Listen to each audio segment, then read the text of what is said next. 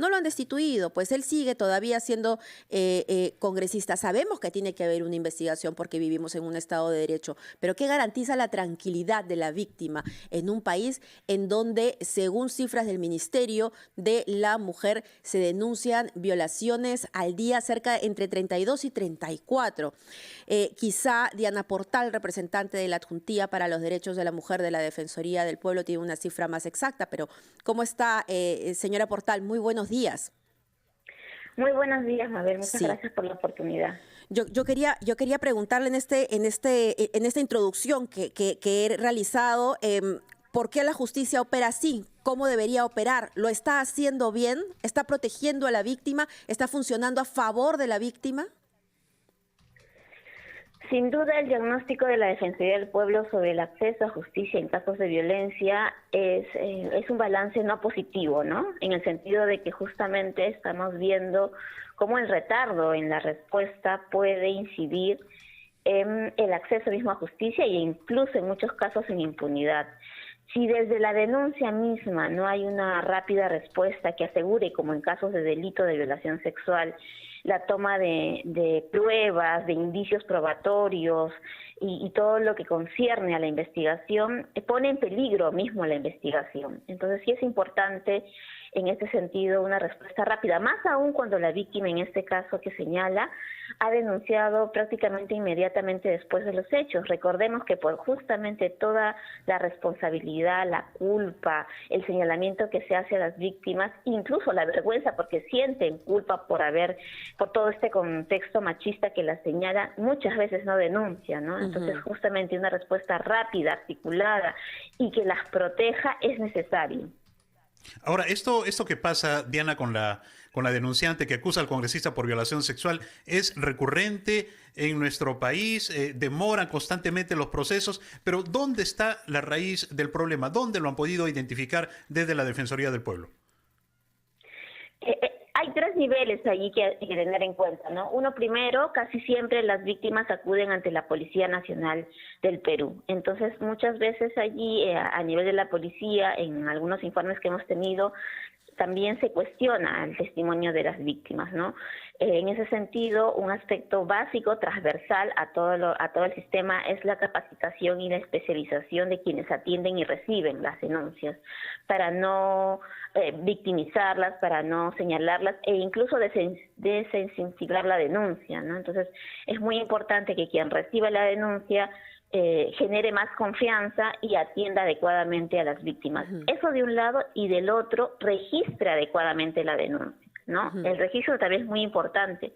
Datos importantes como una violencia física, que puede ser tentativa de feminicidio, en muchos casos a veces solo pasa como violencia física. Entonces, si se registra adecuadamente, este caso puede luego pasar al Ministerio Público con esos datos, con esos detalles, para que se investigue adecuadamente. Y luego, otro nudo que hemos encontrado a veces es la demora en el paso de la Policía Nacional a los juzgados de familia, porque recordemos que nuestra ley, la 303/64, indica que luego de recibir la denuncia, la policía tiene inmediatamente que pasar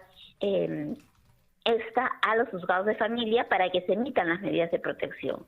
Esta ley busca proteger inmediatamente a las víctimas para evitar nuevos hechos de violencia. Y otro gran problema, Carlos, es el seguimiento de estas medidas de protección. Cuando ya la juez o el juez de familia emite las medidas de protección, es la policía quien tiene que implementarlas y hacer seguimiento. Sí. Y es allí también donde hemos encontrado un gran problema, ¿no? En la implementación y monitoreo de estas medidas de protección. Hemos visto casos terribles de feminicidio donde las víctimas han denunciado, incluso han recibido medidas de protección y aún así se han concretado los lamentables hechos de asesinatos contra ellas. Sí, y eso es gravísimo, sin duda. Pero en el caso específico del congresista Freddy Díaz, acusado por violación, ¿qué falló ahí? A ver, porque si una persona, una mujer, denuncia violación, pasa por el médico legista, inclusive tiene al Ministerio de la Mujer de su lado, dándole todo el apoyo, ¿por qué no se ubicó al congresista? ¿Por qué no se le detuvo? Porque recordemos que él estuvo no habido durante varios días y recién ayer se ha presentado ante la Fiscalía. ¿Por qué no lo detienen? Si es que ya inclusive había sido citado y él no fue a la primera citación y la excusa que él había dado era que como era feriado, entonces estaba esperando que pasen esos días. ¿Eso está bien? Sí, ¿Eso es en un correcto? En efecto, ahí hay varias deficiencias, diríamos, ¿no? En un primer momento la policía actúa de manera muy rápida, incluso acude a sus oficinas, preguntan por el congresista, pero no se les da los datos y este tampoco responde, ¿no? Ahí hay algo importante a tener en cuenta que estamos señalando también, es que, por ejemplo, el Congreso tendría que tener un directorio con las direcciones en Lima, porque se señala que la dirección que tiene el congresista en RENIEC es de su región, y en Lima tendría que tener un distrito cierto para acudir también a la identificación y para que él también pueda acudir a declarar, ¿no? Ese es un primer dato importante a tener en cuenta, que el Congreso tendría que garantizar un directorio para en este tipo de casos de denuncias graves y otros, incluso emergencias de salud podría decir, se tenga la dirección cierta de los congresistas.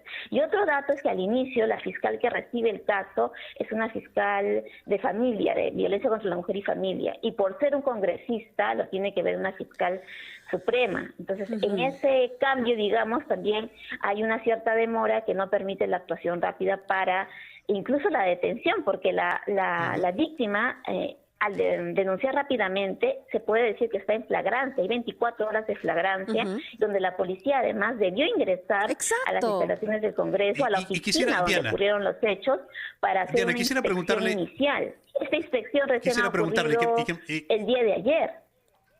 Y que me responda con todo realismo. ¿El hecho que sea congresista influye en la justicia peruana para que el proceso de investigación y de detención sea lento?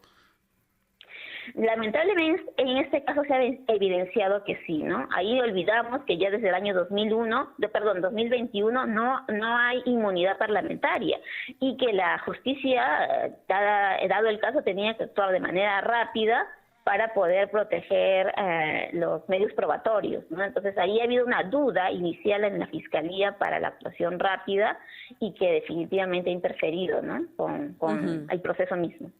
Bueno, muchísimas gracias a Diana Portal, representante de la Adjuntiva para los Derechos de la Mujer de la Defensoría. La justicia no está operando como debería para las ciudadanas que son víctimas de agresiones de violación sexual. Hay que decirlo. Quien está viendo el caso, porque ya bien lo había dicho la señora Portal, era que no lo puede ver una fiscal de familia, sino una fiscal o un fiscal supremo. En este caso, quien está viendo este caso es la exfiscal de la Nación, Zoraida Ábalos, quien dirige la segunda Fiscalía Suprema Penal. Hay una audiencia para que se resuelva el impedimento de salida, pero recién es para el viernes. ¿Por qué no puede ser pronto? ¿Por qué no puede ser ipso facto? O sea, le vamos a dar todo este tiempo para que el congresista pueda huir si es que desea hacerlo, ¿no? En medio de la vergüenza. Esto tiene que ser rápido para garantizar la seguridad de la víctima. Son las 7:17.